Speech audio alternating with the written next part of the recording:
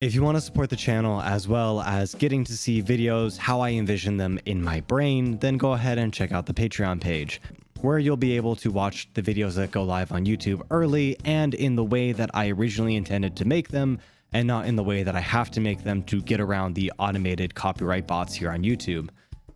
I don't have a whole lot of stuff that I can give to Patreon people, unfortunately, which is why I was hesitant in setting up a Patreon page for so long, but this is a way that I can give back to people that want to support the channel. If you want to check it out, there will be a little blip right here, and it will be in the description and pinned comment. As always, thank you guys for being here and watching the video in general, and let's get on with it. There have been so many influential shows and movies spanning over the course of history, or at least as long as films and movies have existed. And for many people, the show or movie that impacted them the most was the one that came around at just the right time for them. What I mean is, sometimes a show releases and impacts a generation in a way that nobody could have ever predicted. And for many people, including myself, one of those shows is Avatar: The Last Airbender. I didn't grow up with cable, so I didn't get to see this show growing up. And it wasn't until much later, when I was bedridden for 3 weeks with potentially fatal food poisoning, that's a story for a whole nother time, that I actually got around to watching this show. I was initially hesitant, and I thought, I'm an adult. Why would I want to watch a silly little kid's show? Cut to me binge watching the entire series and experiencing every emotion from elation to ugly weeping. I was never angry with you. Many people have asked me in the comments to make videos on this show, and I was initially hesitant because so many people have already covered just about every aspect that I would want to talk about this show, but I think I've finally found my voice of the things that I want to talk about. So strap in, because it's going to be a long ride. From character breakdowns to episode breakdowns, general writing concepts and theme concepts, this show just gets everything right. To kickstart this whole journey off, I think it's only fitting that we look at some of the episodes that I would consider to be perfect episodes, and break them down as to why I say that they're perfect. And then we can work our way out from there. Today I want to talk about the first example of this, The Storm. Season 1, Book Water, starts off strong. We get to meet all of our characters, we have some fun adventures, and there's even a couple episodes that come close to perfection for me, in Jet and Imprisoned. But in my opinion, the show's first perfect episode comes in Season 12, The Storm.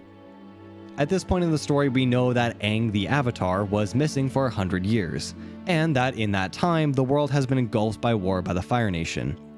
And speaking of the Fire Nation, a young zealot named Zuko is chasing the Avatar, hell-bent on his capture. And we can just write him off as some sort of maniacal kid show baddie. You know, an evil kid that's just there to provide the story with a villain and a threat. Right? The Storm is when every preconception about the show gets thrown out the window, and it lets us know that it's not going to be a simple kid's show by any stretch of the imagination. In one episode, we set the motivations, goals, and growth arcs for our two main opposite characters of the show. We start the episode with a scene depicting Aang's fear and guilt laid bare in haunting detail. He's caught in a storm, and the entire world is calling out to him. He's now drowning and listening to all of the people crying out in despair, crying for his help. Yeah, you know, little dark for a kid's show. After everybody wakes up, the gang talks about his nightmares a little bit, but then quickly moves on to talking about the nice weather and the fact that they need to go into town to pick up some food. Now is when we start to get to the premise of the episode and the idea of how the story will evolve and be paced as we see Iroh and Zuko on the deck of their ship. Iroh seems to be the only one that can sense a coming storm and warn Zuko. But, blinded by his arrogance and desire for catching the Avatar, he ignores him, and makes very plain to the crew that their lives mean nothing to him in light of capturing the Avatar. Great leadership. Something I do want to point out here in this scene specifically, and in a lot of the scenes in this show. There is a reason why Zuko is staged with the left side of his face facing the camera whenever he speaks out in rage, anger, arrogance, or just in sort of an impetuous action. It's a subtle visual storytelling nod to keep in mind when you watch the show, and once you see it, you can never unsee it.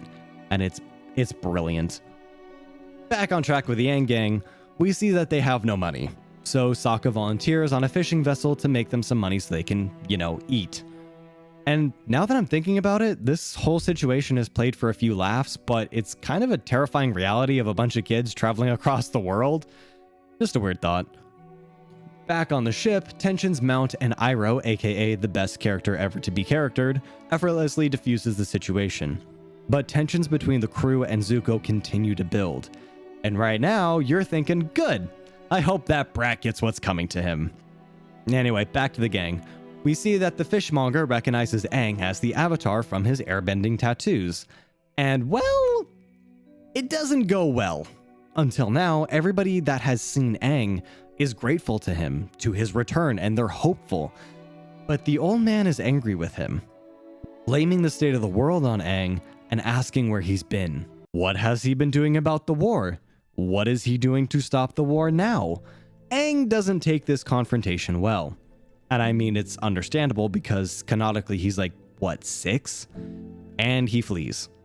Katara catches up to him, and now is when we start to get into the real meat of the episode. Aang recounts to Katara how he was never really able to be a kid. He was only a child when it was revealed to him that he was the Avatar. Not only that, but everything he knew was stripped away from him. His friends turned their backs on him, and Monk Gyatso was going to be separated from him. On top of that, he now has the expectations of being the Avatar thrust upon him again at the age of 6? I could be wrong about that. Please correct me in the comments if I'm wrong, but that is way too young. So he did what any kid would do. He ran away. And because he ran, he got caught in a storm that would have drowned him if the Avatar state didn't kick in and freeze him for 100 years. Now he feels the guilt and weight of the genocide of his people. And on top of that, the countless people killed in the war launched by the Fire Nation, and the even more countless people still suffering to this day. I cannot imagine that guilt and that pressure placed on me. Katara consoles him the best that she can, and she actually offers a good counterpoint. Had he not run, he would have most likely died along with his people. Maybe things happened the way they did for a reason. As now Aang is still here. He can still help people in need. The brilliance of this episode is that this is directly compared and contrasted to Zuko's motives. This guy. With tension still riding high on the ship, Iroh does what Iroh does best. Provide some wisdom. The crew is understandably angry about Zuko's lack of leadership when Iroh overhears them and decides to step in. May I join you? Of course, sir. Iroh tells the tale of a young, wide-eyed Zuko getting to sit in on the war council of his father. At the war table, a general is suggesting that they send a new squadron to attack a dangerous high-priority earthbending battalion. Not in the hopes that the new battalion can defeat them, but that they can last long enough as bait for a rear attack. Zuko is outraged and speaks out of turn against the idea, and in honor culture rules, disrespects the general, leading to an Agni Kai, also known as a fire duel. Iroh further reveals that while Zuko was expecting to duel the general in Agni Kai, since it was his father's war room that he spoke out of turn in, he disrespected his father instead, and would have to duel him. Zuko refuses to fight his own father, which, makes sense, and is given the disfigurement on his face to teach him a lesson. Going even further, his own father banishes him until he can return with the Avatar. And I love this line from Iroh. The Avatar gives Zuko hope. In a twisted way, Aang is the hope of every character in the story, and it brings everything back full circle. The episode wraps up with Aang saving the fishermen and Sokka from the raging storm, metaphorically facing his fear and guilt head-on. While on the ship, Zuko risks his own life for a crew member, and even after seeing the Avatar, chooses the safety of the crew and directs the ship out of the storm. It's a perfect example of two sides to every story. We get to see these characters not as shallow puppets that exist to serve the plot, but instead they're relatable and understandable. In order to have any believable or compelling character, they have to have a motive. Some can be simple, a belief in something, a preservation of what you believe to be true, or even something as simple as revenge. But if you want to have a truly interesting and relatable character, it's usually best to give them an interesting and complicated motive that allows us to empathize and relate to them. The Storm is when we get to see our two main characters' motives, and it gives us a starting point for their journey of growth throughout the rest of the show. There are a lot of great episodes in Avatar, but this one has always stuck in my mind because for me, this was the moment that I knew this show was something special and I really got hooked. Kids shows don't often tackle difficult issues like morality, trauma, genocide. You know what? Actually, it's probably a good thing that most kids shows don't tackle that. The Storm sets up Zuko and Aang to have parallel stories of growth. And even though Zuko is our main villain and antagonist, at least for now, we empathize with his past. We can now understand his radical actions. He was once moral. He had a strong moral compass and a direction of right and wrong, but A, he grew up in a nation that brainwashes its citizens into glorifying war and spreading their culture, and B, when he spoke out of turn against the general's plan of using human bait, which was the right thing to do, he was punished for it severely, to the point where he lost half of his face, he lost everybody he ever knew, and he lost his home. The only thing he didn't lose was his uncle. This trauma skews his views on what is right and wrong so severely. Think about it. He did the morally right thing and had his face burned and was banished from his home. This is just a teenager, for Christ's sake. This starting place of understanding of Zuko as a character is absolutely vital and pivotal for the rest of his story of growth and redemption. As for Aang, it's a little bit simpler, but it's still a welcome insight all the same. He has a form of survivor's guilt for leaving the world when he felt that he was needed most. And when he was overwhelmed by the teeny tiny responsibility of the fate of all of humanity, he ran away. I guess it would be more correct to say that someone like Zuko, he was going to have everyone and everything taken from him, and instead of seeing it through and having it happen, he ran. He ran from that fate. And he feels the shame and the burden of running from the world, which is completely valid. In the episode, we get to see him come to terms with his past and begin the process of growth into becoming the Avatar that the world now needs. And what I love is it's the beginning of that growth, and it allows that growth to take place over the rest of the show. It doesn't try to resolve it in just one episode like some shows would try to do. It allows the story room to breathe and these characters to grow. And I think that is one of the things that Avatar does so much better than so many other shows. I'm going to say this again, because this is the whole crux of my whole point as to why this episode is so good. For a character to be well-rounded and relatable, we as an audience have to understand their motives and actions. The why behind the what. In Avatar, every main character has a complicated and interesting backstory and history that makes us invested in them and their struggles.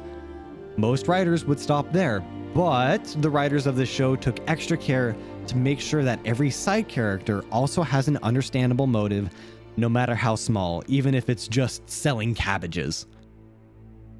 It makes every action in the show feel logical and make sense.